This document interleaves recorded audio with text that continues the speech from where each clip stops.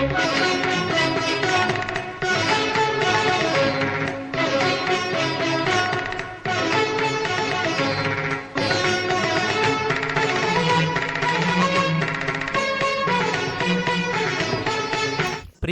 ಜನಧ್ವನಿ ಕೇಳುಗರಿಗೆಲ್ಲ ನಿಮ್ಮ ಬಾನುಲಿ ಗೆಳೆಯ ಸೋಮೇಶ್ ಮಾಡುವ ನಮಸ್ಕಾರಗಳು. ಎಂದಿನಂತೆ ತಮ್ಮೆಲ್ಲರಿಗೂ ನಮ್ಮೂರ ವೈಭವ ಕಾರ್ಯಕ್ರಮಕ್ಕೆ ಆತ್ಮೀಯವಾದ ಸ್ವಾಗತ. ಪ್ರಿಯ ಕೇಳುಗರ, ಈ ದಿನ ನಮ್ಮೂರ ವೈಭವ ಕಾರ್ಯಕ್ರಮದಲ್ಲಿ HD ಕೋಟೆ ತಾಲೂಕಿನ ಗಡಿಭಾಗದ ಗ್ರಾಮವಾಗಿರ್ತಕ್ಕಂಥ DB ಕುಪ್ಪೆ ಗ್ರಾಮ ಪಂಚಾಯಿತಿ ವ್ಯಾಪ್ತಿಗೆ ಒಳಪಡುವ ಅಂದರೆ ಬಾವಲಿ ಚೆಕ್ ಪೋಸ್ಟ್ ಹತ್ರ ಇರತಕ್ಕಂಥ ಕಡೆಗದ್ದೆ ಗ್ರಾಮದ ವ್ಯಾಪ್ತಿಗೆ ಬರತಕ್ಕಂಥ ಒಂದು ಗ್ರಾಮದಲ್ಲಿ ನಾವಿದ್ದೀವಿ. ಇಲ್ಲಿನ ಒಂದು ಇತಿಹಾಸ, ಹಿನ್ನೆಲೆ ಹಾಗೂ ಇಲ್ಲಿ ಆಚರಿಸುವ ಹಬ್ಬ ಇವುಗಳನ್ನು ಕುರಿತು ನಾವು ಈ ದಿನ ಒಂದು ಮಾಹಿತಿಯನ್ನು ತಿಳಿದು ಬರೋಣ. ಈ ಒಂದು ಮಾಹಿತಿಯನ್ನು ತಿಳಿಸಲು ನಮ್ಮ ಜೊತೆ ಇದ್ದಾರೆ ಈ ಒಂದು ಗ್ರಾಮದ ಶ್ರೀಮತಿ ವಿಜಯಕುಮಾರಿ ಅಮ್ಮ ಅವರು, ಹಾಗೆಯೇ ಈ ಒಂದು ಗ್ರಾಮದ ಸರ್ಕಾರಿ ಕಿರಿಯ ಪ್ರಾಥಮಿಕ ಶಾಲೆಯ ಮುಖ್ಯ ಶಿಕ್ಷಕಿಯವರಾದಂಥ ಶ್ರೀಮತಿ ಪ್ರತಿಮಾರವರು. ಹಾಗಾದರೆ ಬನ್ನಿ ನಾವು ಅವ್ರನ್ನ ಕಾರ್ಯಕ್ರಮಕ್ಕೆ ಸ್ವಾಗತಿಸೋಣ, ಅವರಿಂದ ಒಂದಷ್ಟು ಮಾಹಿತಿಯನ್ನು ತಿಳಿದು ಬರೋಣ. ಅಮ್ಮ, ಕಾರ್ಯಕ್ರಮಕ್ಕೆ ತಮಗೆ ಆತ್ಮೀಯವಾದ ಸ್ವಾಗತ. ಅಭಿನಂದನೆಗಳು. ನೀವು ಎಷ್ಟು ವರ್ಷಗಳಿಂದ ಈ ಒಂದು ಕಡೆಗದ್ದೆ ಗ್ರಾಮದಲ್ಲಿ ವಾಸ ಮಾಡ್ತಾ ಇದ್ದೀರಾ? ಒಂದು 34 ವರ್ಷದಿಂದ, ಮದುವೆ ಆದಾಗಿಂದ ಇಲ್ಲೇ ಇದ್ದೀನಿ. 34 ವರ್ಷಗಳಿಂದ ಈ ಒಂದು ಗ್ರಾಮದಲ್ಲಿ ವಾಸ ಮಾಡ್ತಾ ಇದ್ದೀರಾ. ನಿಮ್ಮ ಈ ಒಂದು ಗ್ರಾಮದಲ್ಲಿ ಯಾವೆಲ್ಲ ಹಬ್ಬಗಳನ್ನು ಆಚರಣೆ ಮಾಡಲಾಗುತ್ತೆ ಮತ್ತು ಯಾವೆಲ್ಲ ದೇವಾಲಯಗಳು ಈ ಒಂದು ಗ್ರಾಮದಲ್ಲಿದೆ? ಇಲ್ಲಿ ಗಣೇಶ ಹಬ್ಬ ಮಾಡ್ತಾರೆ, ದೀಪಾವಳಿ ಮಾಡ್ತಾರೆ, ಯುಗಾದಿ ಎಲ್ಲ ಮಾಡ್ತಾರೆ ಸರ್. ಆ ಕಡೆ ಕೇರಳ ಕಡೆ ಮಾಡೋದು ಮಾಡ್ತಾರೆ, ಓಣ ವಿಷು ಎಲ್ಲ ಮಾಡ್ತಾರೆ. ಈಗ ಕೇರಳದಲ್ಲಿ ಮಾಡ್ತಕ್ಕಂಥ ಹಬ್ಬಗಳನ್ನು ನೀವು ಮಾಡ್ತೀರಾ ಎಂಬುದಾಗಿ ಹೇಳಿದ್ರಿ. ಯಾವ ಥರ ಈ ಒಂದು ಈಗ ಕರ್ನಾಟಕದಲ್ಲಿ ಆಚರಣೆ ಮಾಡ್ತಕ್ಕಂಥ ಹಬ್ಬಗಳನ್ನು ಮಾಡ್ತೀರಾ ಮತ್ತು ಕೇರಳದಲ್ಲಿ ಆಚರಣೆ ಮಾಡ್ತಕ್ಕಂಥದ್ದು ಮಾಡ್ತೀರಾ? ಅತಿ ಹೆಚ್ಚು ಒಲವು ಯಾವುದಿರ್ತದೆ ನಿಮಗೆ? ನಮಗೆ ಕರ್ನಾಟಕನೇ ಇಷ್ಟ ಸರ್. ಕರ್ನಾಟಕನೇ ಇಷ್ಟ. ಅಂದರೆ ನಾವು ಭಾರತೀಯರು ಎಲ್ಲ ಸಂಸ್ಕೃತಿಯನ್ನು ಸ್ವೀಕರಿಸಬೇಕು, ಆ ನಿಟ್ಟಿನಲ್ಲಿ ಎರಡೂ ಕಡೆ ಹಬ್ಬಗಳನ್ನು ನೀವು ಮಾಡ್ತೀರಾ. ಇದು ಭಾಳ ಸಂತೋಷದಾಯಕವಾದ ವಿಚಾರ. ಹಾಗೆ ನೀವು ಹೇಳಿದ್ರಿ ಯುಗಾದಿ ಗಣೇಶ ಹಬ್ಬ ಎಲ್ಲ ಮಾಡ್ತಾರೆ ಅಂತ. ಆದರೂ ಈ ಯುಗಾದಿ ಮತ್ತು ಗಣೇಶ ಹಬ್ಬವನ್ನು ಮಾಡಬೇಕಾದ್ರೆ ಗ್ರಾಮದಿಂದ ಗ್ರಾಮಕ್ಕೆ ಒಂದು ಕಡೆಯಿಂದ ಒಂದು ಕಡೆಗೆ ವ್ಯತ್ಯಾಸಗಳಿರ್ತದೆ. ಕೆಲವೊಂದು ಕಡೆ ಯುಗಾದಿ ಮಾಡ್ತಕ್ಕಂಥದ್ದೇ ಪದ್ಧತಿ ಬೇರೆ ಇರ್ತದೆ. ಅಲ್ಲೇ ಹೊಳೆನಲ್ಲಿ ಸ್ನಾನ ಮಾಡಿ ಅಥವಾ ಅಲ್ಲಿ ನದಿ ಇರ್ತಕ್ಕಂಥದ್ದು ಕಡೆ ಹೋಗಿ ಸ್ನಾನ ಮಾಡಿ ಬೆಳಗಿನ ಜಾವ ಏನು ಬೇವು ಬೆಲ್ಲ ತಿಂತಕ್ಕಂಥದ್ದು, ಅಲ್ಲಿ ಪೂಜೆ ಪುನಸ್ಕಾರಗಳನ್ನ ಮಾಡ್ತಕ್ಕಂಥದ್ದು ಹೀಗೆಲ್ಲ ಇರ್ತದೆ. ನಮ್ಮ ಈ ಭಾಗ ಹೇಳಿ ಕೇಳಿ ಅರಣ್ಯ ಪ್ರದೇಶದ ಒಳಗಿರ್ತಕ್ಕಂಥದ್ದು, ಅದರಲ್ಲೂ ಕೇರಳ ಒಂದು ಒಡನಾಟ ಹೆಚ್ಚಾಗಿರ್ತಕ್ಕಂಥದ್ದು, ಕೆಲವೊಂದು ಭಿನ್ನತೆಗಳಿರ್ತದೆ. ಯಾಕಂದ್ರೆ ಗ್ರಾಮದಿಂದ ಗ್ರಾಮಕ್ಕೆ ಯಾವುದೇ ಹಬ್ಬಕ್ಕೂ ಒಂದು ವ್ಯತ್ಯಾಸಗಳಿರ್ತದೆ. ಅಲ್ಲಿ ಅದೇ ಯಾವುದೋ ಒಂದು ಬೇರೆ ಬೇರೆ ಥರದ ತಿಂಡಿ ತಿನಿಸು ಇರ್ಬೋದು, ಆಚರಣೆಗಳಿರ್ಬೋದು, ಇದೆಲ್ಲ ಒಂದು ಭಿನ್ನತೆಯನ್ನು ಒಳಗೊಂಡಿರುತ್ತೆ. ಹಾಗಾಗಿ ನಮ್ಮ ಈ ಒಂದು ಗ್ರಾಮದಲ್ಲಿ ಈ ಗೌರಿ ಹಬ್ಬದ ಸಂದರ್ಭದಲ್ಲಿ ಯಾವ ರೀತಿ ಆಚರಣೆ ಮಾಡ್ತೀರಾ, ಗಣೇಶ ಕೂರಿಸೋದಿರ್ಬೋದು, ಅವತ್ತಿನ ದಿನದ ಒಂದು ತಿಂಡಿ ತಿನಿಸುಗಳಿರ್ಬೋದು, ಮತ್ತೆ ಯುಗಾದಿ ಸಂದರ್ಭದಲ್ಲಿ ಇರ್ಬೋದು, ಇವುಗಳ ಒಂದು ಮಾಹಿತಿಯನ್ನು ಹೇಳೋದಾದ್ರೆ? ಅದು ಹೇಳೋದಾದ್ರೆ ಇಲ್ಲಿ ಎಲ್ಲ ಗಣೇಶ ಹಬ್ಬ ಎಲ್ಲ ಚೆನ್ನಾಗಿ ಮಾಡ್ತಾರೆ ಸರ್. ಅದು ಬೀದಿ ಗಣಪತಿ ಅಂತ ಮಾಡಿಬಿಟ್ಟು ಮಾಡ್ತಾರೆ, ಪಂಚಾಯತಿಲಿ ಒಂದು ಮಾಡಿಬಿಟ್ಟು. ಒಂದೊಂದು ಗ್ರಾಮದಲ್ಲಿ ಕಡಗದ್ದೆ, ವಡ್ಕನ್ಮಾಳ ಆ ಥರ ಇದೆ. ಅವರೆಲ್ಲ ಬೇರೆ ಬೇರೆಯಾಗಿ ಗಣೇಶನ ಕೂರಿಸಿ ಮೆರವಣಿಗೆ ಮಾಡ್ತಾರೆ ಸರ್. ಮತ್ತೆ ಈಗ ಗಣೇಶನ ಕೂರಿಸಿ ಮೆರವಣಿಗೆ ಮಾಡ್ತಾರೆ, ಇದು ಎಲ್ಲ ಕಡೆ ಗೌರಿ ಹಬ್ಬದ ಸಂದರ್ಭದಲ್ಲಿ ಮಾಡ್ತಾರೆ. ಹಾಗೆ ಅವತ್ತಿನ ದಿನಕ್ಕೆ ಕೆಲವೊಂದು ಸಾಂಸ್ಕೃತಿಕ ಕಾರ್ಯಕ್ರಮಗಳನ್ನು ಮಾಡ್ತಾರೆ ಎಲ್ಲ ಕಡೆ. ಈಗ ಅವತ್ತಿಗೆ ಒಂದು ಆರ್ಕೆಸ್ಟ್ರಾ ಇರ್ಬೋದು, ನಾಟಕಗಳಿರ್ಬೋದು, ಅಥವಾ ಶಾಲಾ ಮಕ್ಕಳಿಂದ ಅಥವಾ ಇನ್ಯಾರು ಆ ಗ್ರಾಮದ ಒಂದು ಮಕ್ಕಳಿಂದ ಬೇರೆ ಬೇರೆ ರೀತಿಯ ಒಂದು ಕಲ್ಚರಲ್ ಆಕ್ಟಿವಿಟೀಸ್ನ ಮಾಡಿಸಲಾಗುತ್ತೆ. ಅದೇ ರೀತಿಯಾಗಿ ಇಲ್ಲೂ ಏನಾದರೂ ಅವತ್ತಿನ ದಿನಕ್ಕೆ ಗಣೇಶನ ಕೂರಿಸಿದ ಸಂದರ್ಭದಲ್ಲಿ ಹಾಡು ಹೇಳ್ತಕ್ಕಂಥದ್ದು, ನೃತ್ಯ ಮಾಡ್ತಕ್ಕಂಥದ್ದು, ಅಥವಾ ಅವತ್ತಿನ ರಾತ್ರಿ ಏನಾದ್ರು ಮನೋರಂಜನೆ ಕಾರ್ಯಕ್ರಮಗಳನ್ನ ಏರ್ಪಡಿಸ್ತಕ್ಕಂಥದ್ದು ಈ ರೀತಿ ಇದೆಯಾ?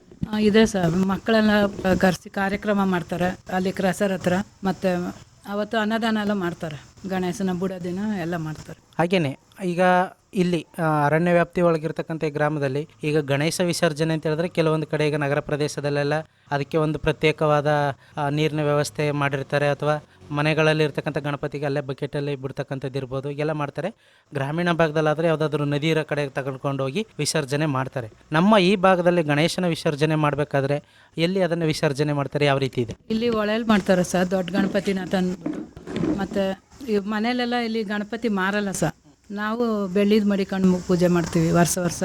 ಅದು ಪೂಜೆ ರೂಮಲ್ಲಿ ಮಾಡಿಬಿಟ್ಟು. ಮತ್ತು ಬಡವರೆಲ್ಲ ಆ ದೊಡ್ಡ ಗಣಪತಿನ ಮುಗಿತಾರೆ ಸರ್, ಅಷ್ಟೇ. ಎಲ್ಲ ಫೋಟೋಗಳಿರುತ್ತೆ ಅಷ್ಟೇ. ಇಲ್ಲಿ ಗಣಪತಿ ಮಾರಲ್ಲ. ಅಂದರೆ ಬೆಳ್ಳಿ ಗಣಪತಿ ಇರುತ್ತೆ, ಅದನ್ನೇ ಕೂರಿಸ್ತಕ್ಕಂಥದ್ದು, ಅವತ್ತು ಪೂಜೆ ಮಾಡ್ತಕ್ಕಂಥದ್ದು.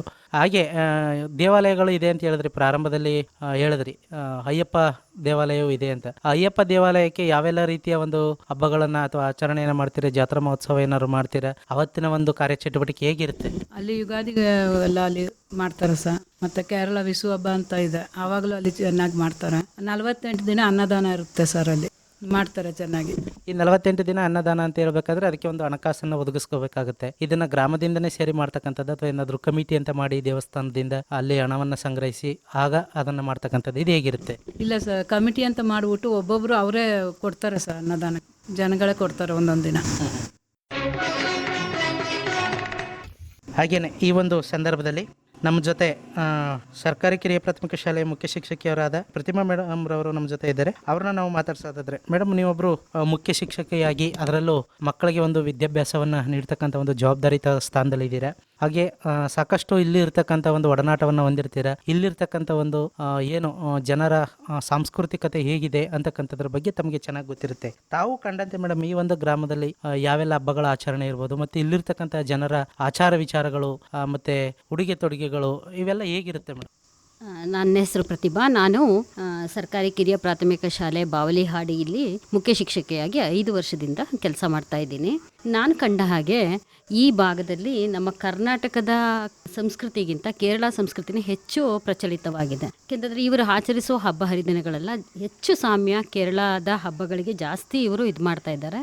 ನಾನು ಬಂದ ಹೊಸರಲ್ಲೇ ಗಣೇಶನ ಹಬ್ಬ ಜಾಸ್ತಿ ಇಲ್ಲಿ ಯಾರೂ ಆಚರಣೆ ಮಾಡ್ತಾ ಇರಲಿಲ್ಲ ಸರ್. ಆ ಟೈಮಲ್ಲೇ ಬರುವಂಥ ಓಣಂ ಹಬ್ಬನ ಇಲ್ಲಿ ಹೆಚ್ಚಾಗಿ ಸೆಲೆಬ್ರೇಟ್ ಮಾಡ್ತಾರೆ. ಅದರಲ್ಲೂ ನಮ್ಮ ಕರ್ನಾಟಕದ ಜನಗಳು ಕೂಡ ಆ ಹಬ್ಬನೇ ಹೆಚ್ಚಾಗಿ ಆಚರಣೆ ಮಾಡೋದನ್ನ ಕಂಡಿದ್ದೇನೆ. ಇತ್ತೀಚೆಗೆ ಈಗ ಒಂದು 2-3 ವರ್ಷದಿಂದ ಗಣೇಶನ ಕೂರಿಸೋದು ಮತ್ತು ಆಚರಣೆ ಮಾಡೋದು, ಅದನ್ನು ವಿಸರ್ಜನೆ ಮಾಡೋದು ಕೂಡ ಪ್ರಚಲಿತವಾಗಿದೆ. ಆದರೆ ಒಂದು ರೀತಿ ಹೇಳಬೇಕು ಅಂತಂದರೆ ಇದು ಸಂಸ್ಕೃತೀಕರಣ ಕೇರಳದ ಇದೇ ಹೆಚ್ಚಾಗಿದೆ ಅಂತ ಹೇಳ್ಬೋದು ಸರ್ ಈ ಭಾಗದಲ್ಲಿ. ಅಂದರೆ ನೀವು ಕಂಡಂತೆ ಹೆಚ್ಚಾಗಿ ಆ ಕೇರಳದ ಸಂಸ್ಕೃತಿಯನ್ನೇ ಹೆಚ್ಚಾಗಿ ಜನರಲ್ಲಿ ಅಳವಡಿಸ್ಕೊಂಡಿದ್ದಾರೆ, ಅದರ ಬಗ್ಗೆ ಒಲವಿದೆ ಅಂತಕ್ಕಂಥದ್ದನ್ನು ಹೇಳಿದ್ರಿ.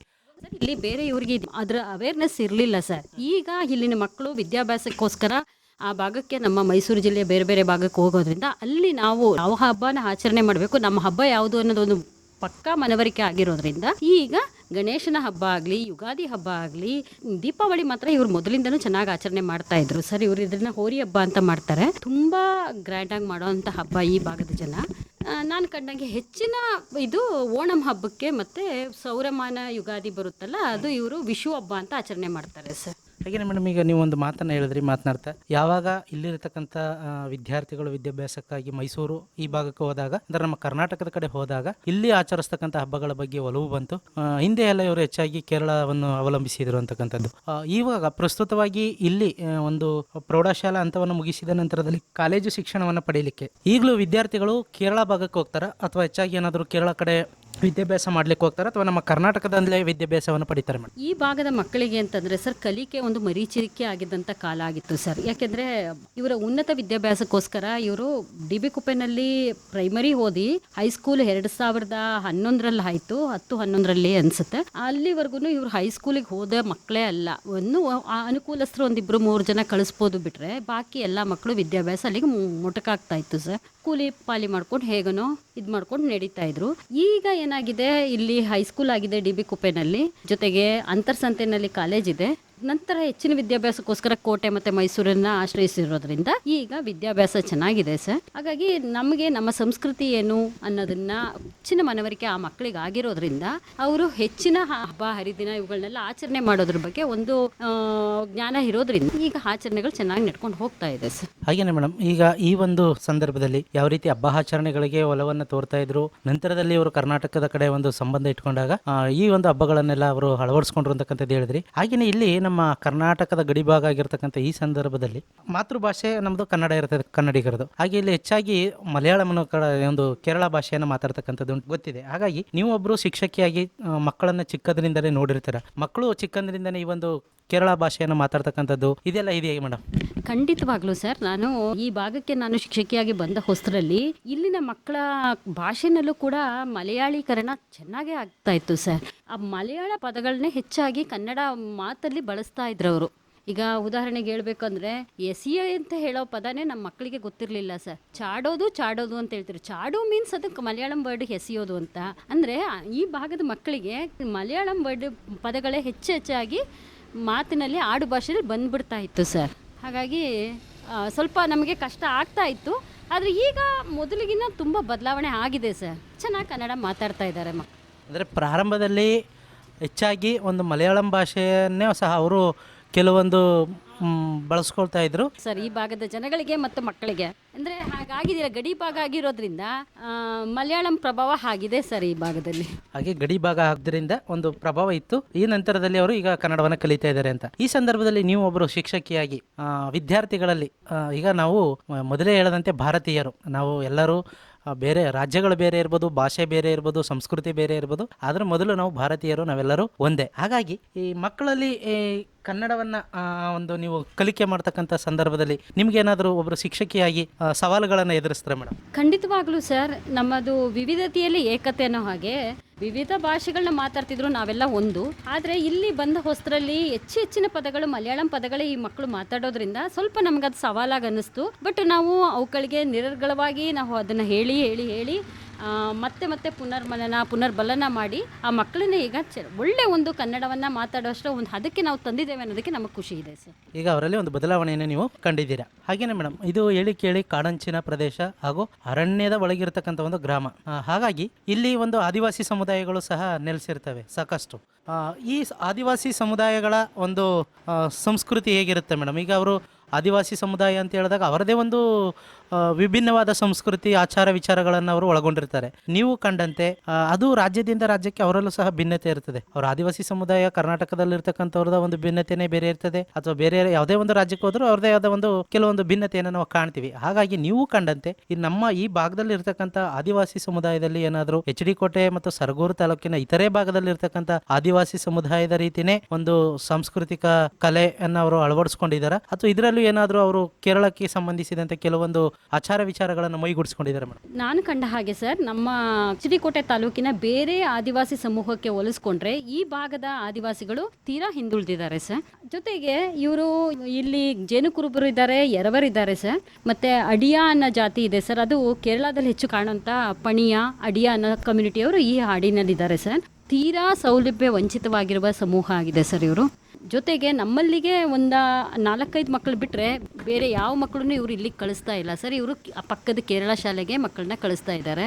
ಅಲ್ಲಿ ಇನ್ಸೆಂಟಿವ್ ಜಾಸ್ತಿ ಇದೆ ಸರ್, ಮಕ್ಕಳನ್ನ ಬಂದು ಕರೆದುಕೊಂಡು ಹೋಗ್ತಾ ಇದ್ದಾರೆ. ಹಾಗಾಗಿ ನಮ್ಮ ಶಾಲೆಗೆ ದಾಖಲೆ ಮಾಡ್ತಾ ಇಲ್ಲ ಸರ್, ಮಕ್ಕಳನ್ನ ಅಡ್ಮಿಷನ್ ಮಾಡ್ತಾ ಇಲ್ಲ ಸರ್ ಇವರು. ಅಂದರೆ ಇಲ್ಲಿ ಒಂದು ಕೇರಳದಲ್ಲಿ ಕಂಡು ಬರ್ತಕ್ಕಂಥ ಏನು ಇತರೆ ಒಂದು ಹಡಿಯ ಅಂತಕ್ಕಂಥ ಸಮುದಾಯ ಏನಿದೆ, ಅವರು ಹೆಚ್ಚಾಗಿ ಆ ಭಾಗಕ್ಕೆ ಒಲವನ್ನು ಹೊಂದಿರೋದ್ರಿಂದ ಇಲ್ಲಿರ್ತಕ್ಕಂಥ ಅನೇಕ ಮಕ್ಕಳು ಅಲ್ಲಿ ವಿದ್ಯಾಭ್ಯಾಸವನ್ನು ಪಡೀಲಿಕ್ಕೆ ಹೋಗ್ತಾ ಇದ್ದಾರೆ ಅಂತ ಹೇಳ್ತಾರೆ. ಹಾಗೆಯೇ ಮೇಡಮ್, ಅಲ್ಲಿ ಹೋದಂಥ ಸಂದರ್ಭದಲ್ಲಿ ನಿಮಗೆ ಗೊತ್ತಾದಂತೆ ಏನಾದರೂ, ಈಗ ನಮ್ಮ ಕರ್ನಾಟಕದಲ್ಲಿ ಮಾತೃಭಾಷೆ ಪ್ರಥಮ ಭಾಷೆ ಕನ್ನಡ ಎಂಬುದಾಗಿ ಹೇಳ್ತೀವಿ, ಅಲ್ಲಿ ಅವರದೇ ಆದ ಒಂದು ಮಲಯಾಳಂ ಭಾಷೆಯನ್ನು ಕಲಿಸ್ತಾರೆ. ಅದರಲ್ಲಿ ಜೊತೆಲಿ ಏನಾದರೂ ನಮ್ಮ ಕನ್ನಡ ಭಾಷೆಯನ್ನು ಅವರು ಕಲಿಸ್ತಕ್ಕಂಥ ನಿದರ್ಶನ ಏನಾದರೂ ಕಂಡಿದ್ದೀರಾ? ಇಲ್ಲ ಸರ್, ನಾನು ಕಂಡ ಹಾಗೇನೆ ಇಲ್ಲಿ ಗಡಿ ರಾಜ್ಯ ಆಗಿದ್ರು ಕೂಡ ಇಲ್ಲಿ ಕನ್ನಡ ಭಾಷೆಗೆ ಯಾವ ಪ್ರಾಧಾನ್ಯತೆನೂ ಕೇರಳ ರಾಜ್ಯದಲ್ಲಿ ಕೊಡ್ತಾ ಇಲ್ಲ ಸರ್. ಅದರಲ್ಲೂ ನಮ್ಮ ಈ ವಯನಾಡ್ ಡಿಸ್ಟಿಕ್ ಅಲ್ಲಿ ಇಲ್ಲ ಸರ್.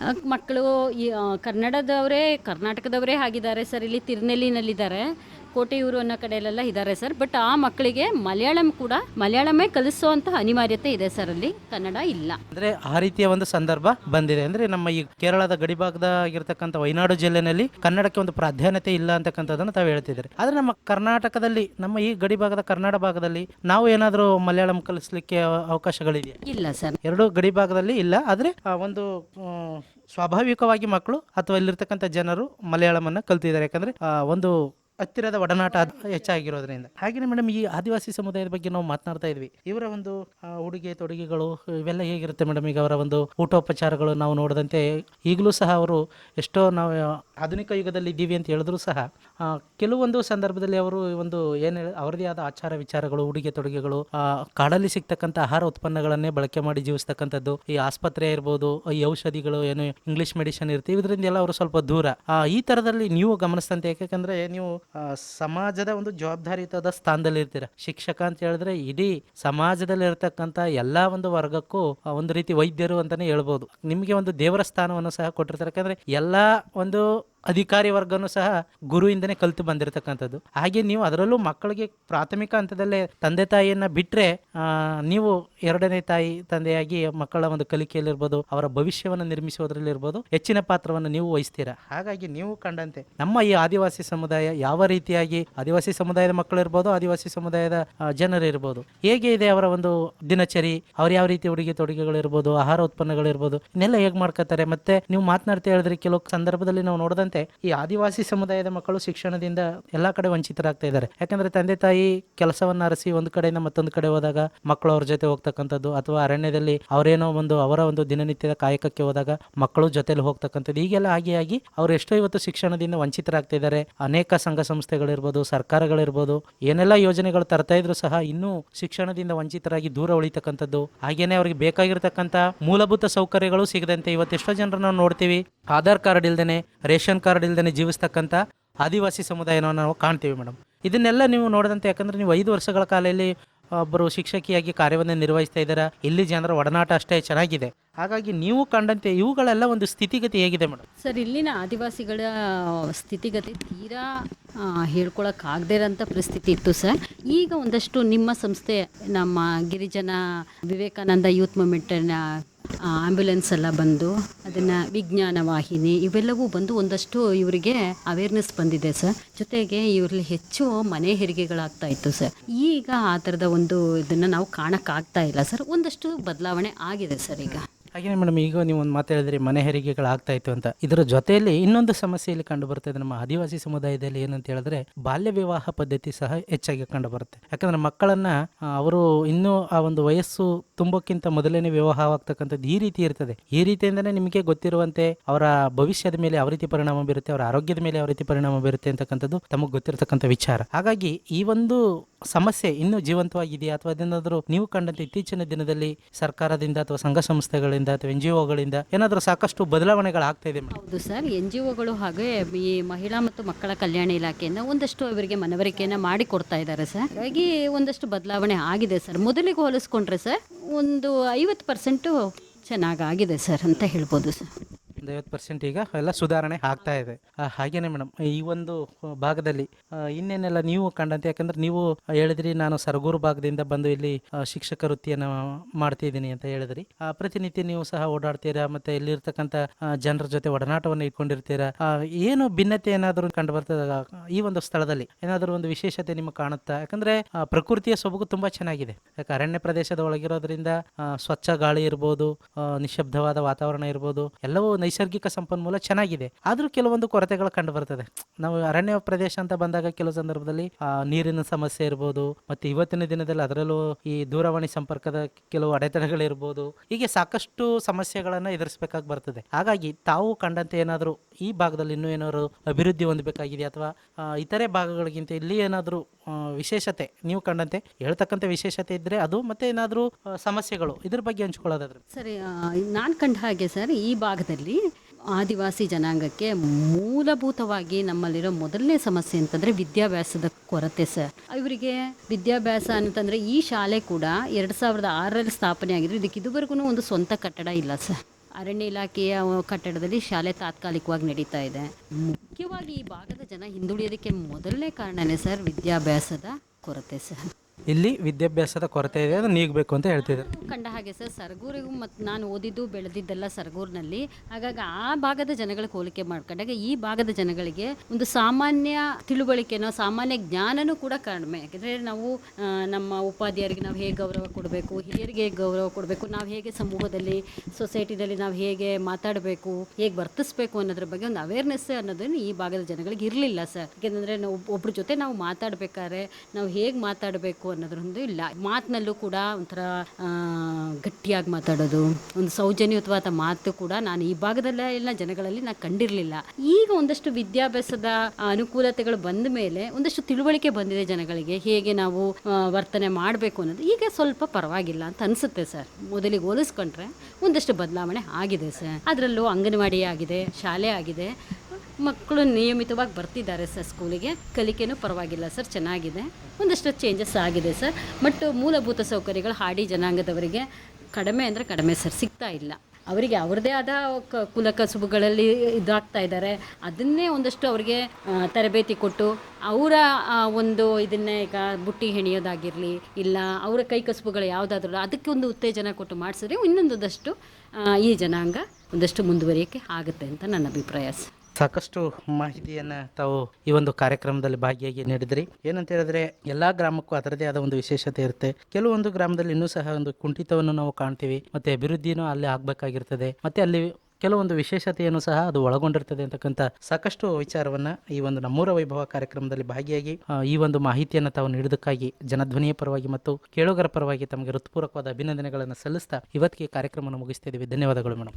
ಧನ್ಯವಾದಗಳು ಸರ್, ನಮಗೆ ಈ ಅವಕಾಶ ಮಾಡಿಕೊಟ್ಟಿದ್ದಕ್ಕೆ ತಮಗೂ ತಮ್ಮ ಸಂಸ್ಥೆಗೂ ಧನ್ಯವಾದಗಳನ್ನ ತಿಳಿಸ್ತಾ ಇದ್ದೀನಿ ಸರ್. ಪ್ರಿಯ ಕೇಳುಗರೆ, ಕೇಳಿದ್ರಲ್ಲ ಇಷ್ಟೊತ್ತು ನಮ್ಮೂರ ವೈಭವ ಕಾರ್ಯಕ್ರಮದಲ್ಲಿ ಎಚ್.ಡಿ. ತಾಲೂಕಿನ ಡಿ.ಬಿ. ಕುಪ್ಪೆ ಗ್ರಾಮ ಪಂಚಾಯತಿ ವ್ಯಾಪ್ತಿಗೆ ಬರತಕ್ಕಂತಹ ಬಾವಲಿ ಅಂದರೆ ಕಡೆಗದ್ದೆ ಗ್ರಾಮದ ವ್ಯಾಪ್ತಿಗೆ ಬರತಕ್ಕಂಥ ಗ್ರಾಮದ ಇತಿಹಾಸ ಹಿನ್ನೆಲೆಯನ್ನು ಕುರಿತು ನಾವು ತಿಳಿದ್ವಿ. ಈ ಒಂದು ವಿಚಾರವನ್ನು ತಿಳಿಯಪಡಿಸಿದಂಥವರು ಈ ಗ್ರಾಮದ ಹಿರಿಯ ಮುಖಂಡರಾದಂತಹ ಶ್ರೀಮತಿ ವಿಜಯಕುಮಾರಿ ಅಮ್ಮ ಅವರು, ಹಾಗೇನೆ ಸರ್ಕಾರಿ ಕಿರಿಯ ಪ್ರಾಥಮಿಕ ಶಾಲೆಯ ಮುಖ್ಯ ಶಿಕ್ಷಕಿಯವರಾದಂತಹ ಶ್ರೀಮತಿ ಪ್ರತಿಮಾ ಮೇಡಮ್ ರವರು. ಇದಾಗಿತ್ತು ಇವತ್ತಿನ ನಮ್ಮೂರ ವೈಭವ ಕಾರ್ಯಕ್ರಮ.